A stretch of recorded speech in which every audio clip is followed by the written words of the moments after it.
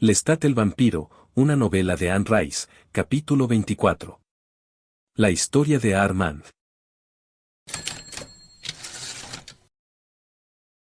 La cámara había desaparecido. Las paredes se habían desvanecido. Llegaban unos jinetes. Una nube de polvo creciendo en el horizonte. A continuación, unos gritos de terror y un chiquillo de cabello castaño oscuro, vestido con vastas ropas de campesino, corriendo sin cesar mientras los jinetes se desataban en una horda.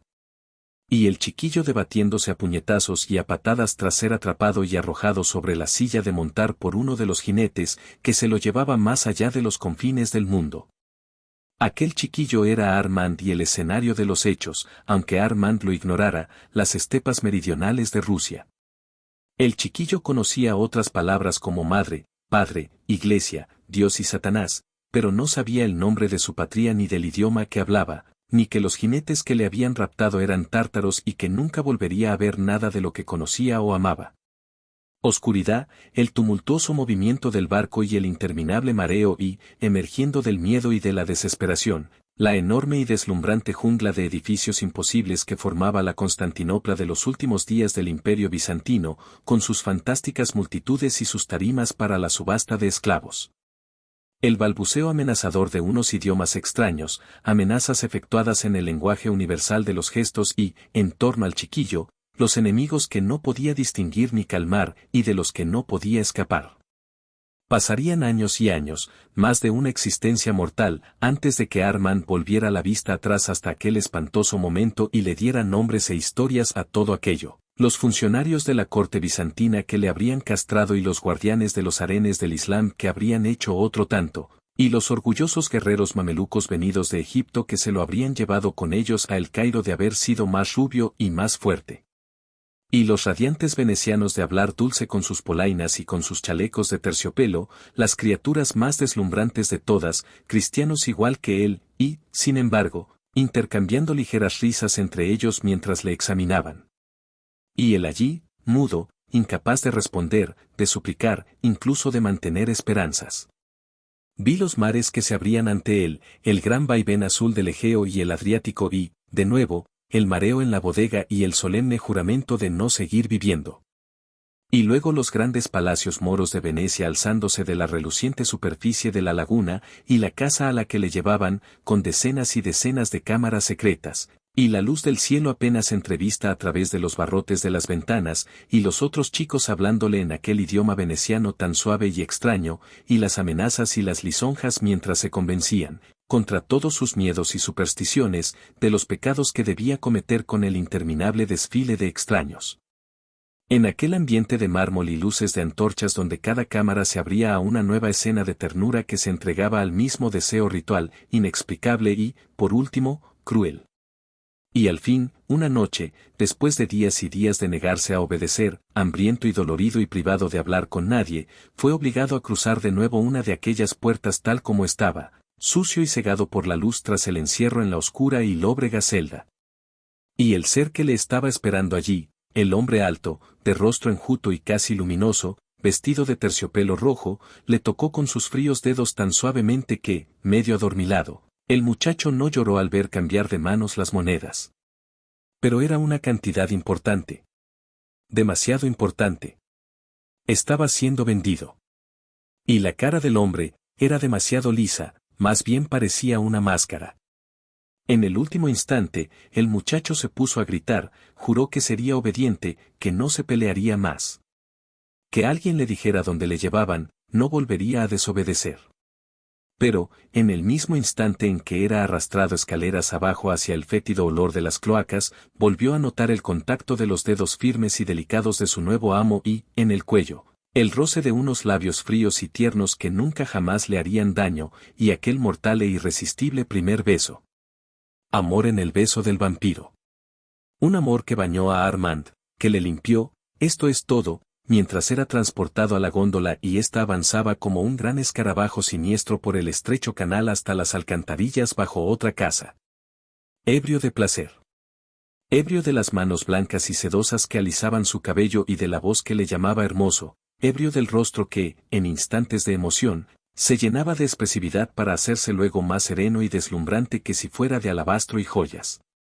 Un rostro como un remanso de agua bajo el claro de luna, un roce, aunque sea con las yemas de los dedos, y toda su vida sale a la superficie, para, a continuación, desvanecerse de nuevo en la quietud. Ebrio a la luz de la mañana con el recuerdo de esos besos, cuando, a solas, abría una puerta tras otra y descubría libros, mapas y estatuas de granito y de mármol, cuando los otros aprendices le localizaban y le conducían pacientemente a su trabajo para enseñarle a mezclar los colores puros con la yema de huevo y a extender la laca de la yema de huevo sobre los paneles. Y para guiarle por el andamio mientras los artistas aplicaban cuidadosas pinceladas en el borde mismo de la enorme escena de sol y nubes, mostrándole aquellos grandes rostros, manos y alas angelicales que sólo podía tocar el pincel del maestro. Ebrio cuando se sentaba a la larga mesa con ellos y se atiborraba de deliciosos platos que no había probado hasta entonces y de vino que nunca se agotaba. Y cayendo dormido finalmente, para despertar en ese momento del crepúsculo en que el maestro se presentaba junto a la enorme cama, espléndido como un producto de la imaginación con su ropa de terciopelo rojo, su tupida cabellera blanca brillando a la luz de la lámpara y la felicidad más natural e ingenua en sus brillantes ojos azules cobalto. Y el beso mortal. No quiero separarme de ti, pronto, querido mío, estaremos unidos de verdad. Antorchas encendidas por toda la casa. El maestro en lo alto del andamio con el pincel en la mano, quédate aquí, a la luz, no te muevas, y horas inmóvil en la misma posición hasta ver, poco antes del amanecer, sus propias facciones en el lienzo, las facciones del ángel. Y el amo sonriéndole mientras avanzaba por el interminable corredor. No, maestro, no me dejes. Permite que me quede contigo, no te vayas. Nuevamente, la luz del día. Y dinero en los bolsillos, oro de ley, y el fasto de Venecia con sus canales de aguas verdes oscuras entre los muros de los palacios, y los otros aprendices caminando del brazo con él, y el aire fresco y el cielo azul sobre la plaza de San Marcos como algo que solo hubiera soñado en la infancia. Y, al atardecer, de nuevo el palacio y la entrada del maestro, el maestro inclinado con el pincel sobre la pequeña tabla, trabajando cada vez más deprisa bajo la mirada de los aprendices, entre horrorizada y fascinada, y el maestro levantando la vista hacia él y dejando a un lado el pincel y llevándoselo del enorme estudio mientras los demás seguían trabajando hasta la medianoche, y su rostro entre las manos del maestro para recibir, de nuevo a solas en la alcoba, aquel secreto beso. ¿2 años? 3. Imposible recrear o abarcar con palabras el esplendor de esa época, las flotas que zarpaban del puerto hacia la guerra, los himnos que se entonaban ante los altares bizantinos, las representaciones de la pasión y de los milagros que se celebraban en los estrados de las iglesias y en las plazas, con su boca del infierno y sus demonios retozones, y los deslumbrantes mosaicos que cubrían los muros de San Marcos y de San Sanipolo y del Palazzo Ducale, y los pintores que trabajaban en esas calles. Giambono, Uxello, el Vivarini y el Bellini, y los continuos días de fiesta y de procesiones. Y siempre de madrugada, en las enormes estancias del palacio iluminadas con antorchas. Él a solas con el maestro mientras los demás dormían encerrados bajo llave en sus alcobas. El pincel del maestro moviéndose vertiginosamente sobre la tabla colocada ante él, como si estuviera descubriendo el cuadro en lugar de crearlo. El sol y el cielo y el mar extendiéndose bajo el dosel que formaban las alas del ángel. Y esos momentos horribles e inevitables en que el maestro se ponía en pie gritando, arrojando los botes de pintura en todas direcciones, y se llevaba las manos a los ojos como si quisiera arrancárselos de las cuencas. ¿Por qué no puedo ver? ¿Por qué no veo mejor que los mortales? El muchacho apretado contra su maestro. Esperando el éxtasis del beso. Un secreto oscuro, no revelado. El maestro saliendo por la puerta sin ser visto, un rato antes del amanecer. Déjame ir contigo, maestro. Pronto, querido mío, mi amor, mi pequeño, cuando seas lo bastante fuerte y alto y haya desaparecido de ti toda imperfección. Ve ahora y disfruta de todos los placeres que te aguardan, goza del amor de una mujer durante las próximas noches, y goza también del amor de un hombre. Olvida las penas que conociste en el burdel y saborea esas cosas mientras te quede tiempo. Y rara era la noche que terminaba sin que la figura del maestro volviera, justo antes de salir el sol, y le acompañaría muchas veces durante las horas de luz, hasta que, con el crepúsculo, llegara de nuevo el beso mortal. Aprendió a leer y a escribir.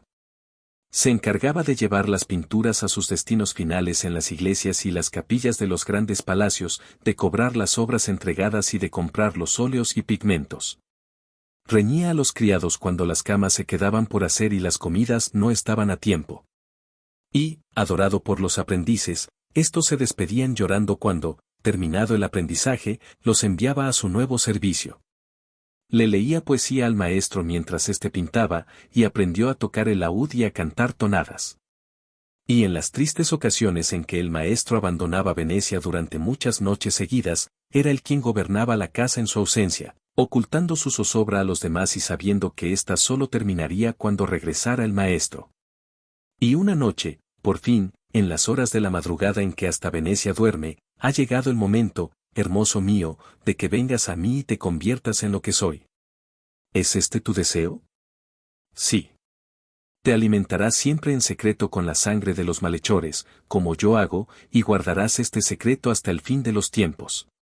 Hago la promesa, me entrego, lo deseo estar contigo, maestro mío, para siempre. Tú eres el creador de todo lo que soy. Nunca ha existido un deseo tan intenso. El pincel del maestro señalaba la pintura que se alzaba hasta el techo, por encima de las hileras de andamios. Este es el único sol que volverás a ver siempre. Pero dispondrás de 1.000.000 de noches para ver la luz como ningún mortal la ha visto nunca, para arrancar de las lejanas estrellas, como si fueras otro Prometeo, una iluminación eterna con la cual comprender todas las cosas. ¿Cuántos meses transcurridos tras esto? ¿Cuántos meses de vagar sin rumbo bajo el dominio del don oscuro? Toda una vida nocturna de deambular juntos por las callejas y los canales, indiferente al peligro de la oscuridad y ya sin miedo alguno, y el antiquísimo éxtasis de la muerte, y nunca, jamás, un alma inocente. No, siempre la de un malhechor, y la mente conmovida hasta topar con Tifón, el asesino de su hermano, y luego el acto de apurar la maldad de la víctima humana y de transmutarla en éxtasis. El maestro, marcando el camino, el festín, compartido. Y luego la pintura, las horas solitarias con el milagro de su nueva habilidad, el pincel moviéndose a veces sobre la superficie esmaltada como dotado de voluntad propia, y los dos juntos pintando con furia sobre el tríptico, y los aprendices mortales dormidos entre los botes de pintura y las botellas de vino. Y solamente un misterio que perturba la felicidad, el misterio de que, como en el pasado, el maestro debía abandonar Venecia de vez en cuando para emprender un viaje que parecía interminable a quienes quedaban dolidos por su ausencia. Una separación aún más terrible ahora. Cazar solo sin el maestro, yacer a solas en el profundo sótano después de la caza, esperando. No escuchar el timbre de la risa del maestro ni el latido de su corazón. ¿Pero a dónde vas? ¿Por qué no puedo ir contigo?, suplicó Armand. ¿No compartían el secreto? ¿Por qué, entonces, no le explicaba aquel misterio? No, querido mío, todavía no estás preparado para esta carga. De momento ha de seguir siendo solo mía, como lo ha sido durante más de 1000 años.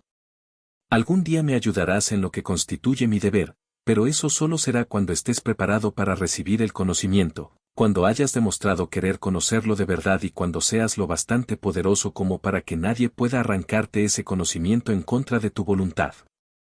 Quiero que entiendas que, hasta entonces, no tengo otra opción que dejarte al margen.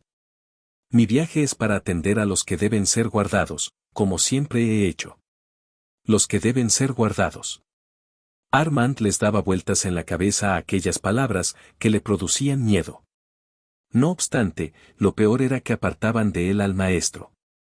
Y solo aprendió a superar ese miedo cuando comprobó que el maestro volvía a él una y otra vez tras estas ausencias.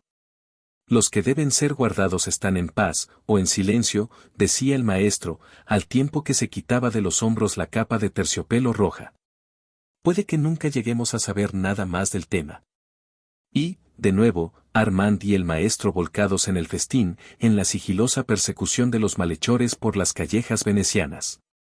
¿Cuánto tiempo podría haber continuado aquello? ¿Lo que dura una vida mortal? ¿Lo que duran 100? Y había transcurrido aproximadamente medio año de esta tenebrosa felicidad, cuando una noche, tras el crepúsculo, el maestro se incorporó de su ataúd en el profundo sótano justo por encima del agua y anunció: «Levántate, Armand, tenemos que marcharnos de aquí. Ellos están aquí». «¿Ellos, maestro? ¿Quiénes?» «Vamos, debemos darnos prisa». «Pero, ¿cómo pueden hacernos daño? ¿Por qué tenemos que marcharnos?» Los rostros blancos tras las ventanas, los golpes a las puertas. El ruido de los cristales rotos. El maestro volviendo la vista a un lado y a otro para contemplar los cuadros. El olor a humo. El olor a brea ardiendo. Los misteriosos asaltantes subían del sótano, y también bajaban del piso superior. «Corre. No hay tiempo para poner nada a salvo». Escaleras arriba hasta el techo. Unas figuras oscuras y encapuchadas blandiendo antorchas a través del umbral. El fuego rugiendo en las habitaciones de la planta baja, haciendo estallar las ventanas y envolviendo en llamas la escalera. Todos los cuadros destruidos. Al tejado, Armand. Criaturas como nosotros con aquellas siniestras indumentarias. Otros seres como nosotros. El maestro dispersándolas en todas direcciones mientras corría escaleras arriba, los huesos de las criaturas quebrándose al golpearse contra el techo y las paredes. «Blasfemo», gritaron las voces. Los brazos agarraron a Armand y no le soltaron. Y arriba, en lo alto de la escalera, el maestro se volvió hacia él y gritó: «Armand, confía en tus fuerzas y ven». Pero las criaturas se apelotonaban en persecución del maestro, le rodeaban. Por cada una que él estrellaba contra la pared encalada, aparecían otras 3, hasta que más de 50 antorchas envolvieron las ropas de terciopelo del maestro, sus largas mangas rojas y su cabello blanco. El fuego se alzó hasta el techo con un rugido mientras le consumía, transformado en una antorcha viviente, y, con todo, incluso envuelto en llamas, el maestro se defendía quemando a sus atacantes mientras estos arrojaban las teas a sus pies como si fueran astillas de leña. Armand, mientras tanto, fue conducido abajo y sacado de la casa en llamas junto con los aprendices mortales, que chillaban de terror. Y fue llevado lejos de Venecia, surcando las aguas, entre gritos y sollozos, en las entrañas de un buque tan aterrador como la nave de los esclavos, hasta salir a mar abierto bajo el cielo de la noche. Blasfemo. La fogata cada vez mayor, y el círculo de figuras encapuchadas a su alrededor, y el cántico más y más estentório: «al fuego».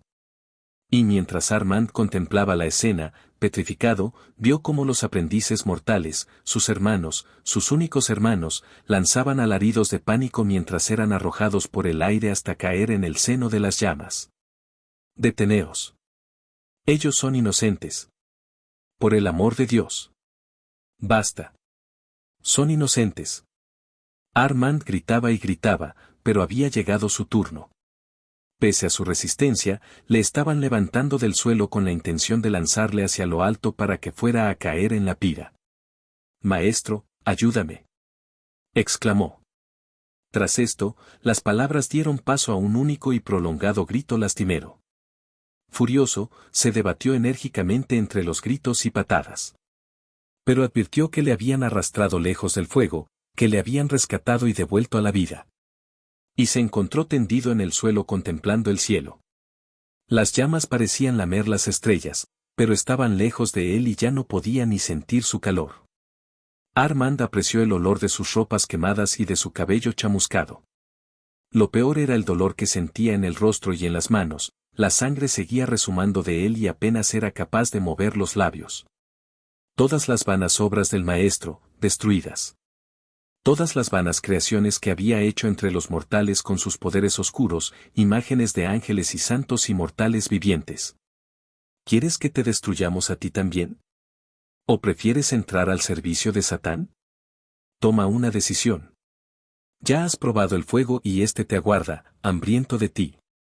El infierno te espera. ¿Vas a tomar la decisión? Sí. ¿Vas a servir a Satán como debe hacerse? Sí.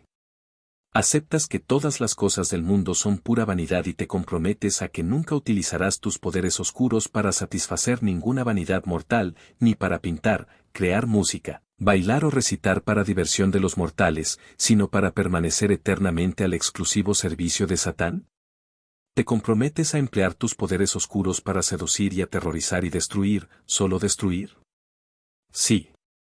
¿A consagrarte a tu único amo, Satán, siempre y eternamente Satán? ¿A servir a tu verdadero amo y maestro en la oscuridad y el dolor y el sufrimiento, a entregarle tu mente y tu corazón? Sí. ¿Y a no ocultar secreto alguno a tus hermanos en Satán, a proporcionarles los conocimientos que poseas del blasfemo y de su carga? Silencio. A explicar todo lo que conozcas sobre su carga. Insistieron las criaturas. Vamos, apresúrate, las llamas esperan. No os entiendo. Hablamos de los que deben ser guardados. Cuéntanos lo que sepas. ¿Contaros qué? No sé nada, salvo que no quiero sufrir. Estoy muy asustado. Dinos la verdad, hijo de las tinieblas. ¿Dónde están? ¿Dónde se encuentran los que deben ser guardados? No lo sé. Leed mi mente, si tenéis ese poder. Comprobaréis que no contiene nada que os pueda decir. ¿Pero qué son? ¿No te lo ha contado nunca tu blasfemo maestro? ¿Qué son los que deben ser guardados?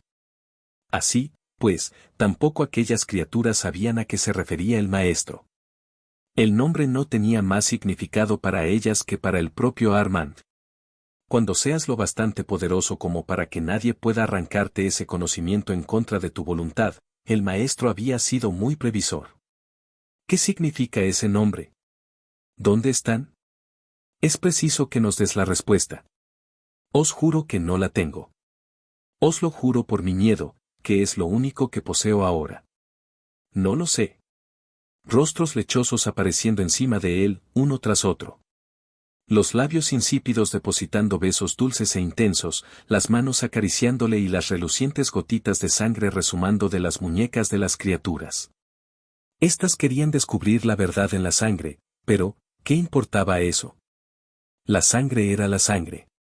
Ahora eres el hijo del diablo. Sí. No llores por Marius, tu maestro. Marius está en el infierno, donde pertenece. Bebe ahora la sangre curativa y levántate y baila con los de tu estirpe para gloria de Satán. Bebe y la inmortalidad será tuya de verdad. Sí.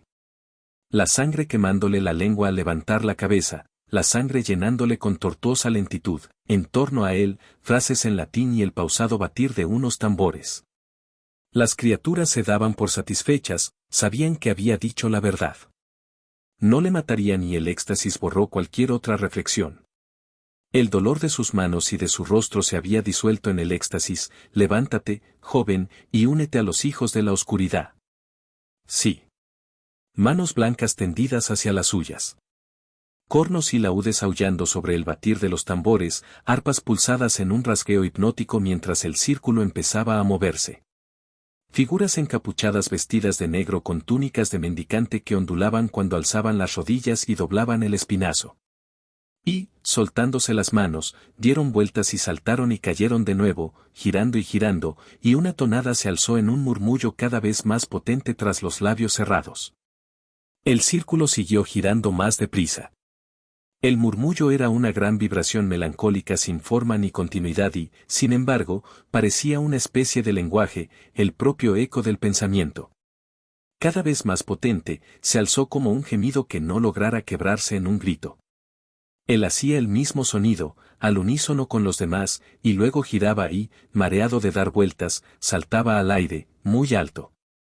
Las manos le hacían, los labios le besaban y él daba vueltas y más vueltas impulsado por los demás, alguien gritando en latín, otro respondiendo, otra voz gritando más fuerte, seguida de una nueva respuesta.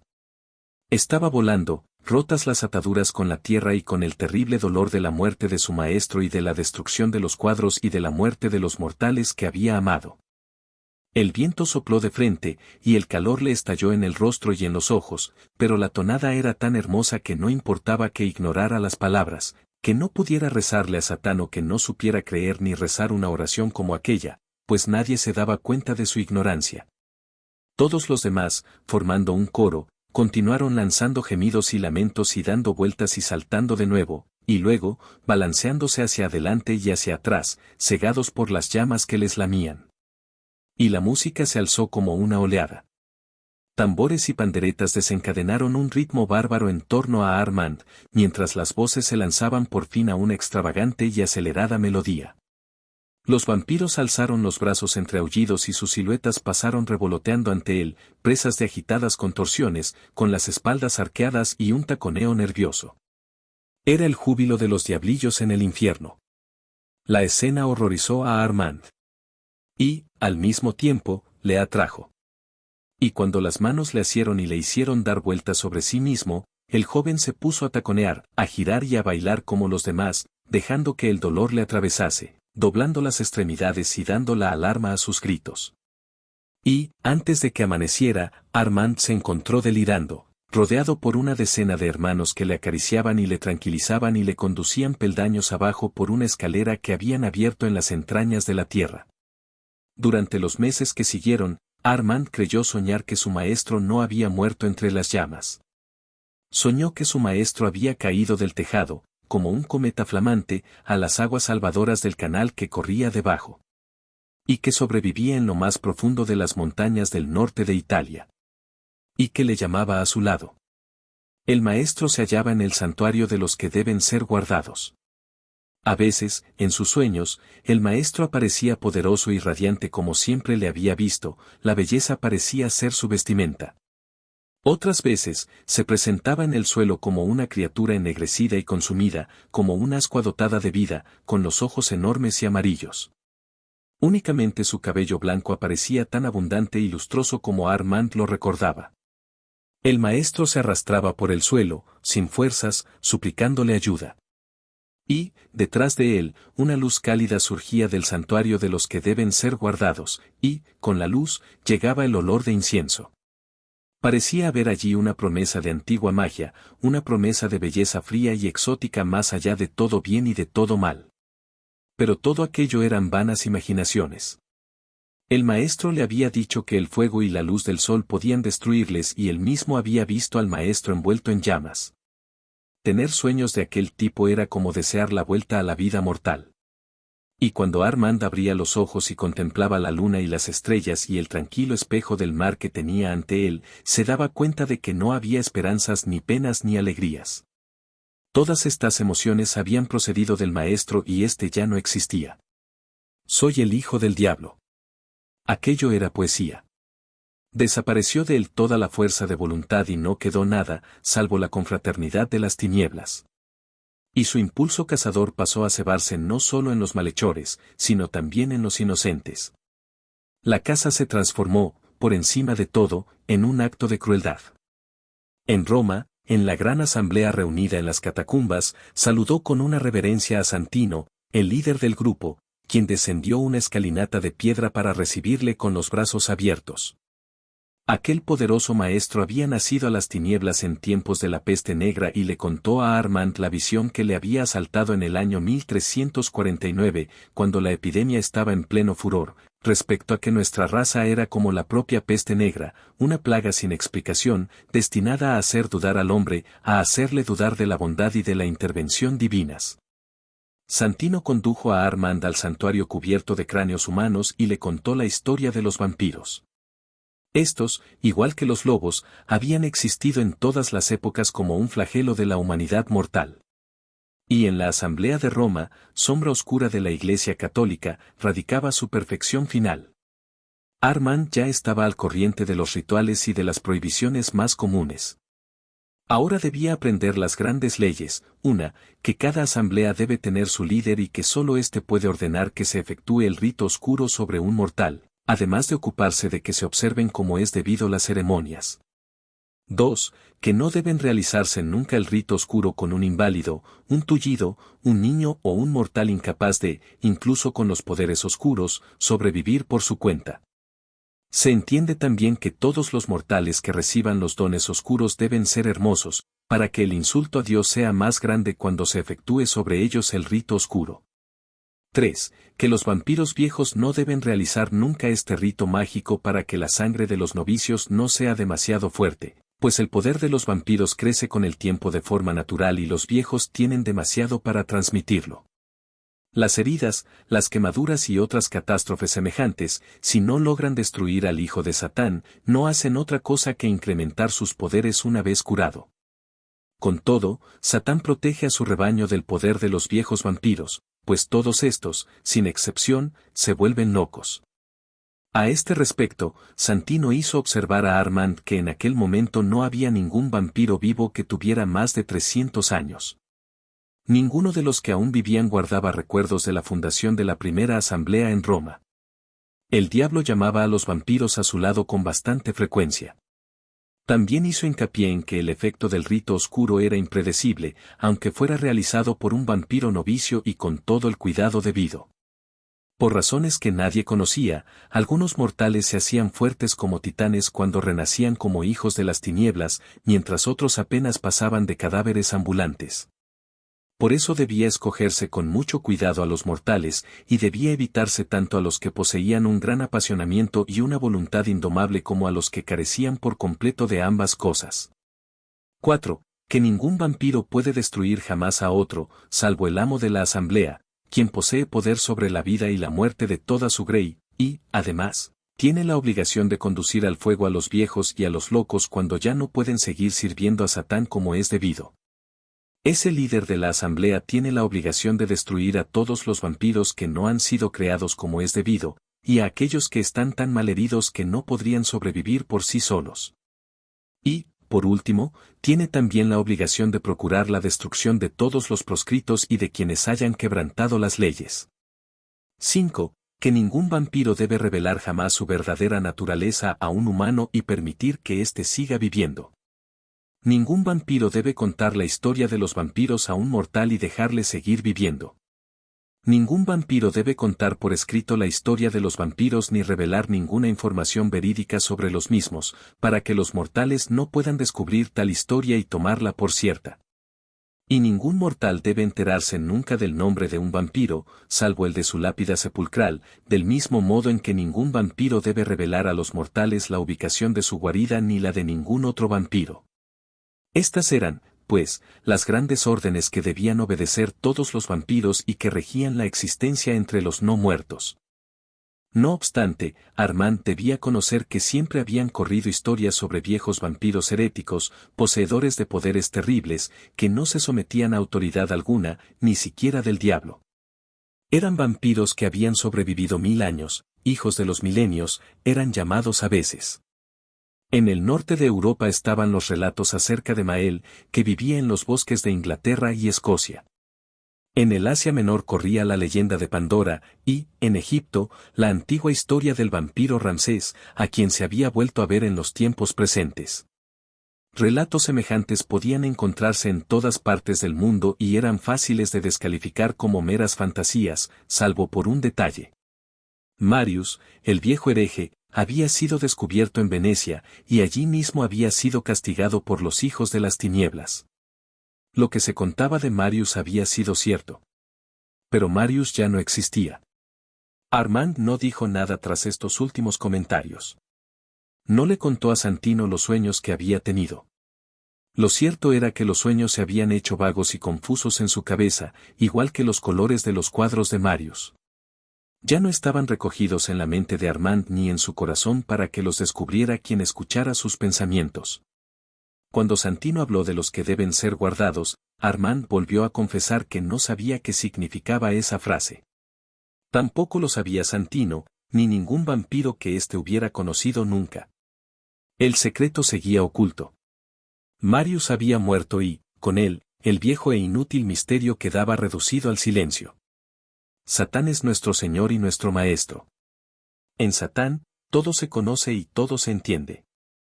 Armand complació a Santino. Aprendió de memoria las leyes, perfeccionó su dominio de los encantamientos ceremoniales, de los rituales y de las plegarias.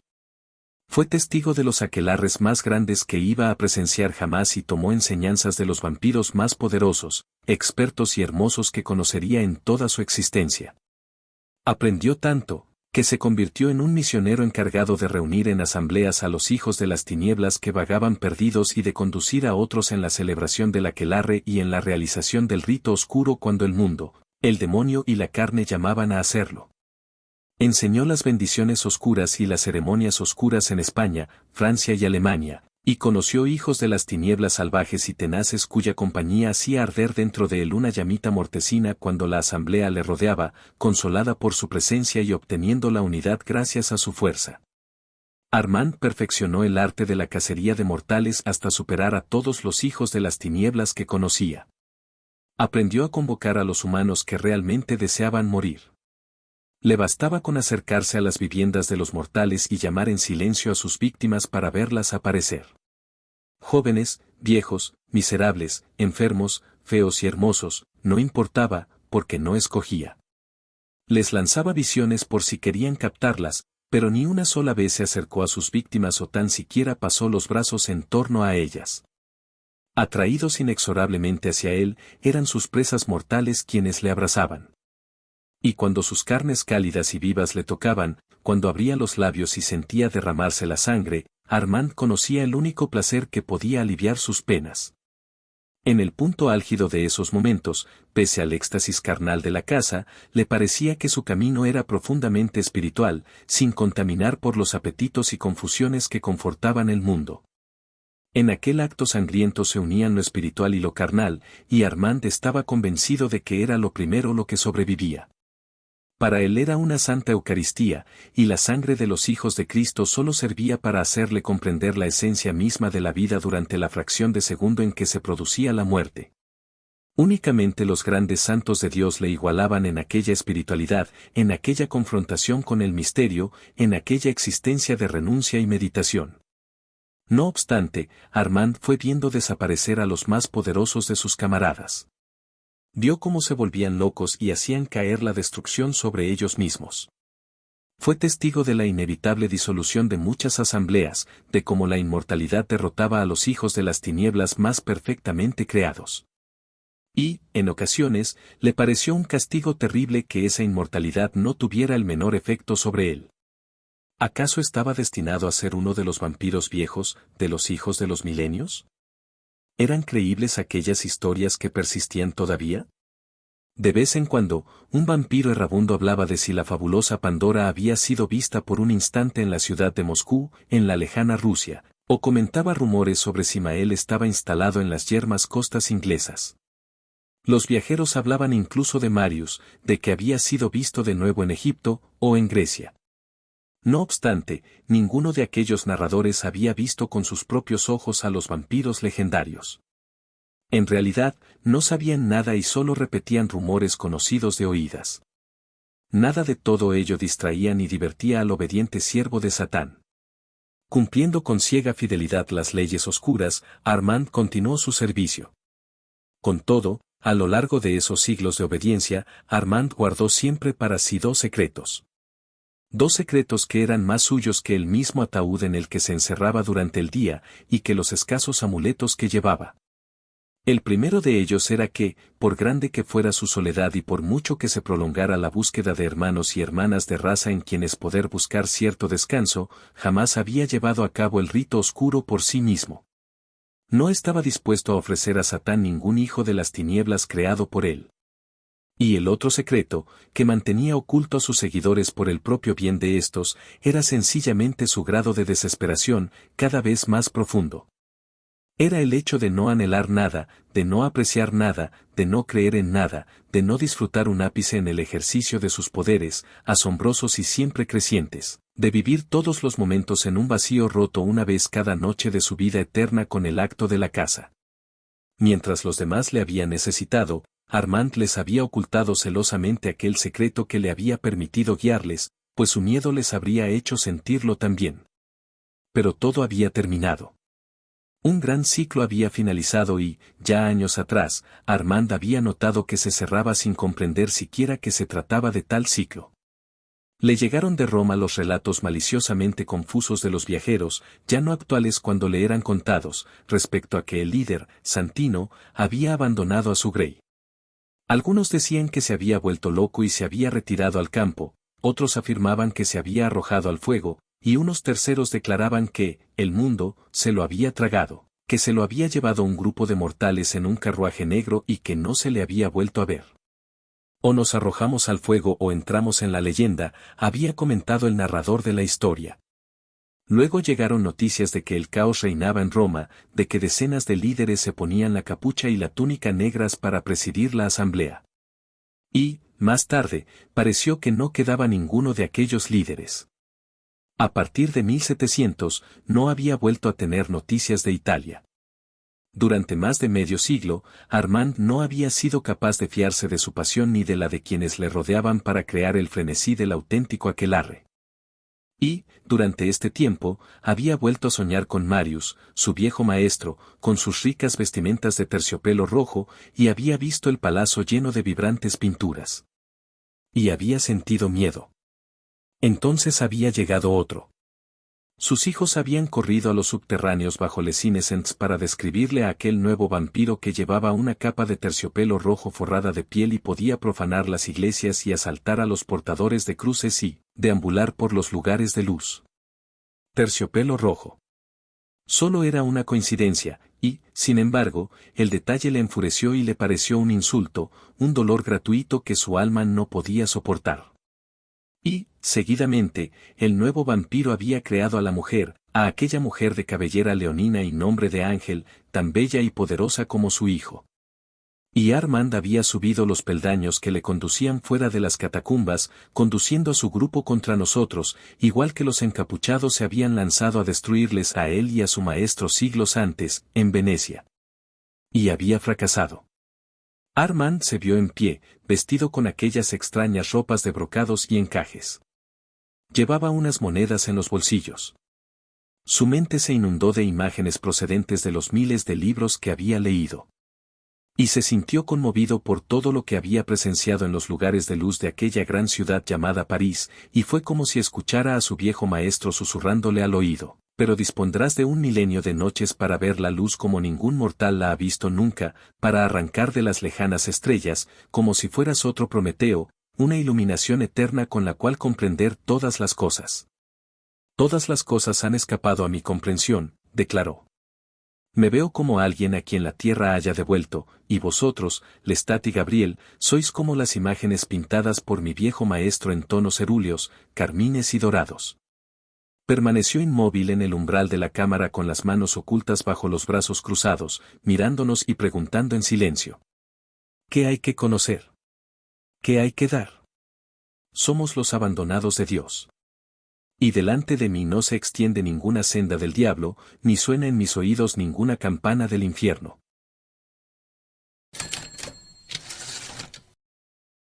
Gracias por dedicar tiempo a escuchar este audiolibro. Si deseas que continúe con esta fascinante historia, házmelo saber en los comentarios.